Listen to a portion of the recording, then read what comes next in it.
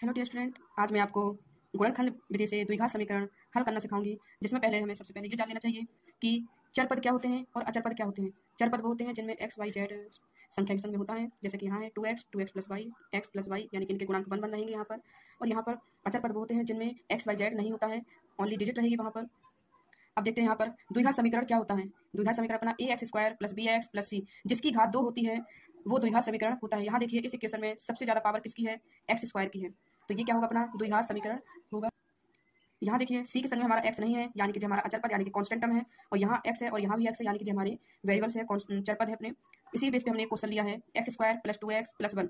यहाँ देखिए जो सबसे हाई पावर होता है, जैसे यहाँ पर एक्स स्क्वायर हाई पावर है सब में, तो इसका मल्टीप्लाई हम करते हैं जो हमारा अचर पद होता है। अचर पद हमारा यहाँ पर 1 है क्योंकि इसके संग में हमारा एक्स या वाई कुछ भी नहीं है। इक्वेशन हमारी एक्स में दी है तो हमारी पूरी इक्वेशन एक्स में ही रहेगी। एक्स की जगह पे हम कुछ भी ले सकते हैं, वाई जेड कुछ भी रह सकते हैं अपने इक्वेशन में। जब हम एक्स स्क्वायर का मल्टीप्लाई 1 से करेंगे तो यहाँ साइड में करते हैं, एक्स स्क्वायर का मल्टीप्लाई 1 से किया तो क्या मिला हमें, एक्स स्क्वायर। यानी मल्टीप्लाई करने पे एक्स स्क्वायर होना चाहिए। और मेन बात आती है कि ये हमारा कैसे निकलेगा 2x। यहाँ देखिए एक्स स्क्वायर आया यानी कि किसका गुणा करें कि हमारा यहाँ पे एक्स स्क्वायर आना चाहिए, यानी कि एक एक्स ये हो जाएगा, ए एक्स ये हो जाएगा। यहाँ हमारा एक्स स्क्वायर आ गया यानी कि यहाँ पे कौन सी डिजिट ली हमने, 2 वन लिए, वो भी दोनों किसके हैं, पॉजिटिव के, क्योंकि यहाँ पर हमारा प्लस का 2x चाहिए। तो इन्हीं को हम क्या करेंगे, अब ऐड कर देंगे तो हमारा क्या मिलेगा 2x। देखिए यहाँ पर ये 2x हमें चाहिए था, 2x मिल गया, प्लस का चाहिए था, प्लस का मिला। जब दोनों डिजिट हमारी प्लस प्लस की होंगी तो हमारा प्लस एक्स स्क्वायर भी मिल गया और यहाँ पर प्लस का 2x भी मिल गया। ये जो हमारा निकला है इसी को हम यहाँ बीच में रखेंगे।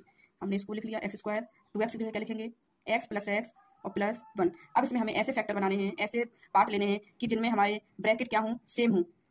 अगर ब्रैकेट सेम नहीं होंगे यानी कि गुणनफल हमारा गलत होगा। यहाँ देखिए इनमें क्या कॉमन है, यहाँ 2x स्क्वायर है और यहाँ पर इन दो पदों को हमने बना लिया, अलग अलग कर लिया। यहाँ कितने एक्स स्क्वायर है, एक एक्स स्क्वायर है, बाकी ये एक्स ये है, एक एक्स ये है और एक बन गए। हमने दो दो के पेयर बना लिए यहाँ पर। अब इनमें हमें कॉमन लेना है, क्या मिलेगा इनमें हमारा कॉमन, यहाँ 2x है, यहाँ पर एक एक्स है, तो हमने एक एक्स कॉमन ले लिया, एक एक्स यहाँ बचा तो यहाँ क्या बचा 1। अब इनमें देखिए कुछ भी कॉमन नहीं है, सिर्फ ओनली क्या कॉमन है 1, तो अंदर कितना बचेगा x प्लस 1।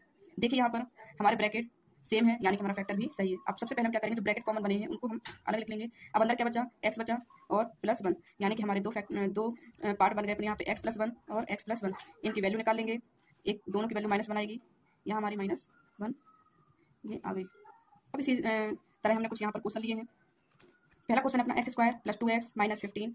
हमने बताया था जो सबसे ज़्यादा हायर पावर होगी उसका मल्टीप्लाई हम करेंगे कांस्टेंट से, यानी कि हमारा यहाँ पर कितना आया, एक्स स्क्वायर इंटू -15। यहाँ कितना लेंगे, माइनस का 15 लेंगे तो हमारा कितना मिलेगा, -15 एक्स स्क्वायर।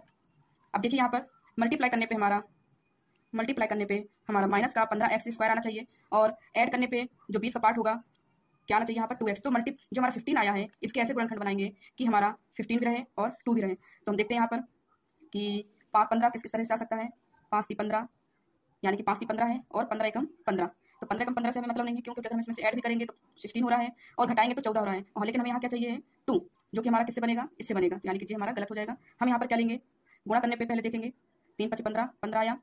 अब यहाँ पर किसका है, माइनस का है। अब यहाँ देखिए सबसे पहले यहाँ पे हमें किसका चाहिए, प्लस का 2 चाहिए, यानी कि प्लस का 2 है, यानी कि यहाँ पर बड़ी संख्या किसकी रहनी चाहिए, प्लस की, और छोटी संख्या माइनस की। तो यहाँ हमारा माइनस का 15 आ गया और साथ में एक्स स्क्वायर है तो हमने एक्स भी लिख लिया और यहाँ हमारा आ गया एक्स स्क्वायर, यानी कि जी हमारा बन गया। अब इसको हम बीच के पार्ट को बनाने के लिए क्या करेंगे, 5x माइनस 3x = 2x। देखिए यहाँ पर हमारे ये टर्म बन गया बीच का। अब हम इसको यहाँ पर नोट कर देंगे, x square plus 5x minus 3x minus 15 = 0। अब यहाँ पर क्या करेंगे, हम दो पेयर बना लेंगे, हमारे पेयर बन गए। अब इसमें से क्या कॉमन है, x कॉमन है, एक x यहाँ बचेगा और यहाँ क्या बचेगा 5।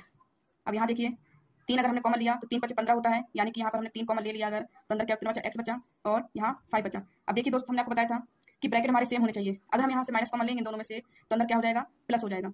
अब यहाँ पर हमारे ब्रैकेट सेम गुणनखंड सही है, जो ब्रैकेट वाले हैं एक बार लिख लिया, साथ उनको हमने ये लिख लिया, तो ये हमारे बने गुणनखंड। अब अलग अलग वैल्यू चाहिए है तो एक आएगी हमारी x = -5, x = 3। तो दोस्तों इस तरह हम करते हैं द्विघात समीकरण के गुणनखंड, लेकिन ये गुणनखंड तभी होंगे जब हमारे फैक्टर बनेंगे। अब इसी तरह द्विघात समीकरण दूसरा पार्ट है।